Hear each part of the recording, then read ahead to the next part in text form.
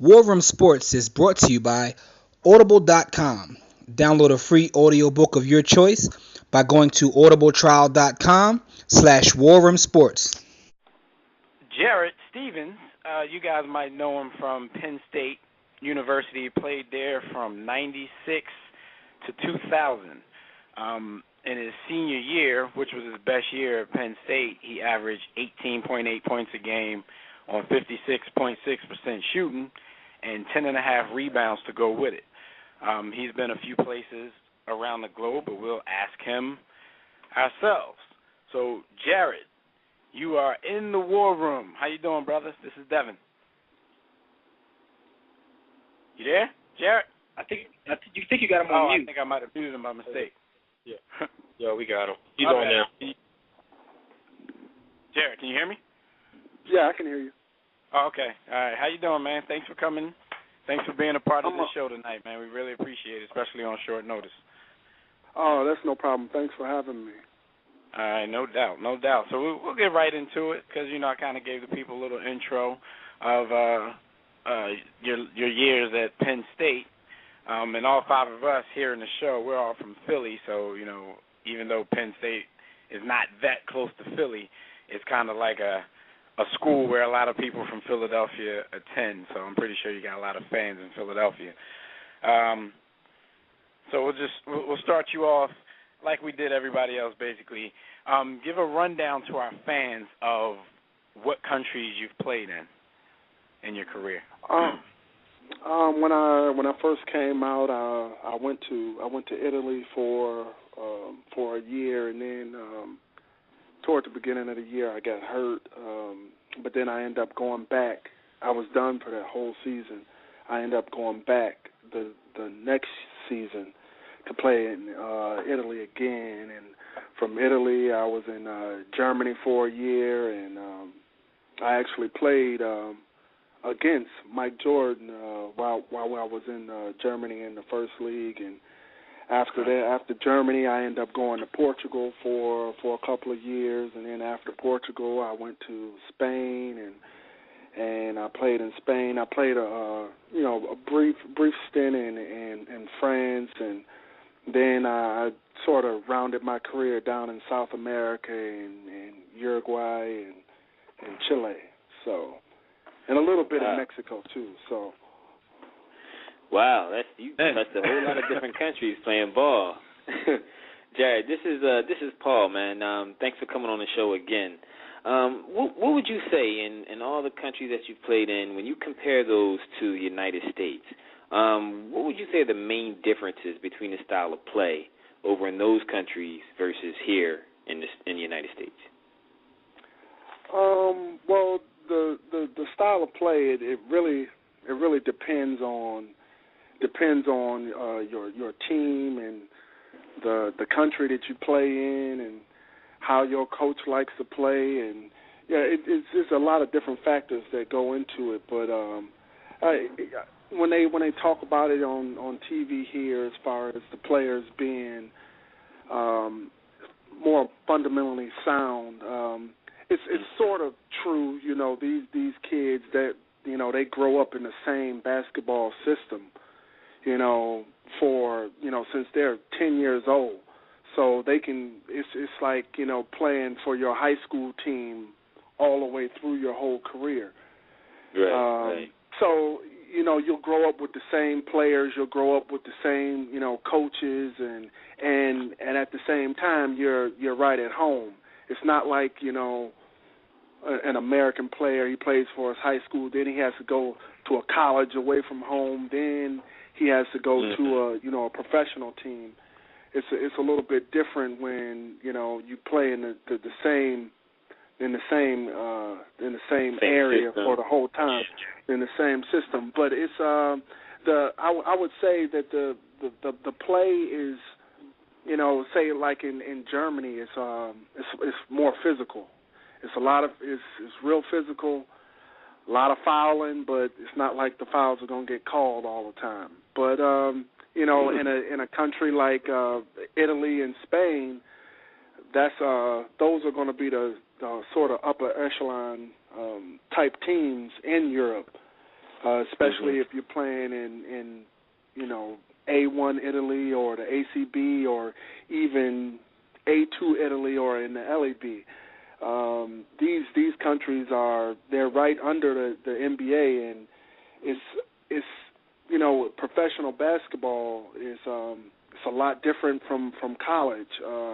Just like the dude was saying that was on before me, he was saying that now it's about money, and this is your livelihood. So there is no college coach there to push you, in the summertime and things like that.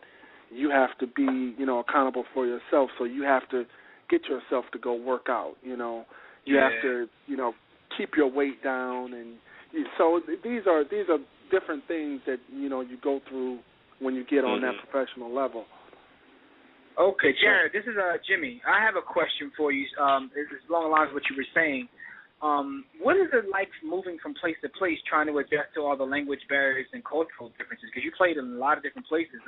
Basketball's taking you all across the world. So how is it, adjusting to the language barriers and the culture? It's tough, especially when it's you go into a new country, every year. Like I've never had the luxury of re-signing in one place. Teams have wanted me to resign, but there's always been better offers in different places. But it's as far as kids when they grow up and everything, you never think that you'll need French or Spanish or any of these classes when you grow up. But once you get older, and I was the same way, and then it ended up helping me once I got over to these countries.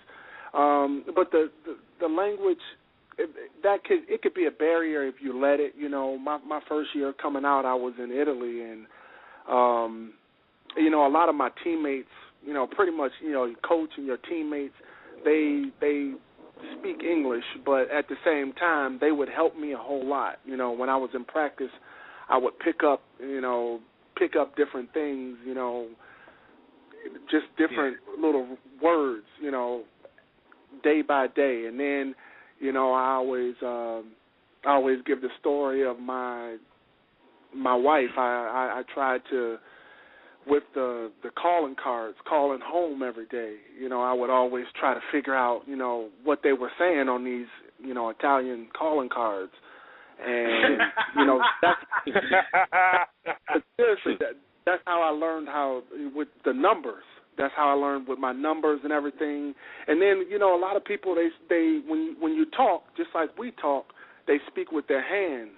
And, in Italy, they would help me a lot. If I went to the grocery store and different things like that, they would help me, and they would point to that and tell me how to say it, because I'm a big huge guy. They knew that I wasn't from there, so they knew I was an American.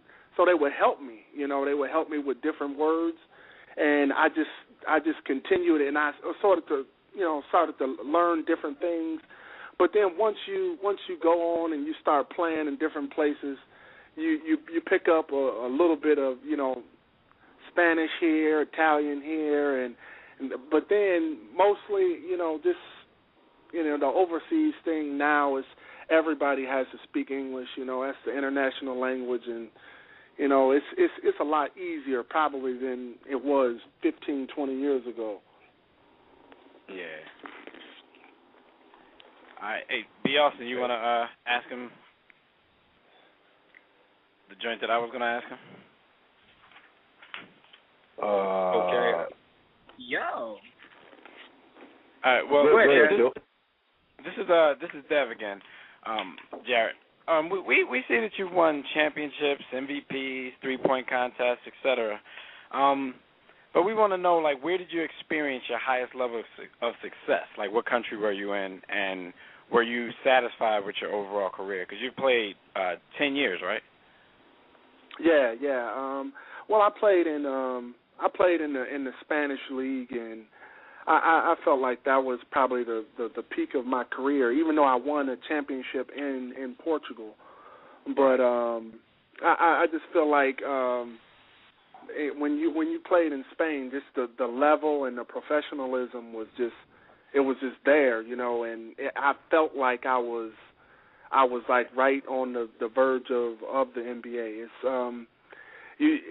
the competition was just so tough, and it just wasn't like the first seven players. It was like 12 players on a team, and if you weren't playing good in that first half, it was somebody else that was there to replace you that was just as good. So the competition was tough, and this was on a day in, day out basis as far as practice, games and everything. So it really depends on the coach too. My coach, he was a little bit crazy, but at the same time, he put the talent on the floor, and so from week to week, he may change it up. You may start this week, you may start the next week, but it really didn't make a difference if you were an American, if you were getting outplayed by a Spanish player or anybody else. That was it. You might have been coming off the bench for the next game. Right. So that's why I felt like the Spanish league was probably the toughest and probably the peak of my career. Cool. Okay. Hey, Jarrett, this is Akil. Hey, great to have you on the show. Now that you're retired, what is your current plan, and do you have any coaching aspirations? Well, right now, for the last couple of years, I've been over on the girls' side. I've been coaching high school girls down in Central Delaware, and I've been doing that a little bit. I'm actually trying to crack into the sports apparel business, get in one of these Fortune 500 companies. It's a little tough now, but I still feel like I have a good chance in doing that. The coaching thing probably on a higher level. It's not for me right now, but who's to say in a year or even in a month, that may be different. But the coaching thing, I right now the high school level is cool for me, but who knows, that could change. All right, well, cool. Get you out of here on this one. We're gonna let you. If you got anything that you want to promote, like you can let us know where the school is, where you're coaching, or if anything else that you're doing that's related to basketball. You can let our audience know. And I just been.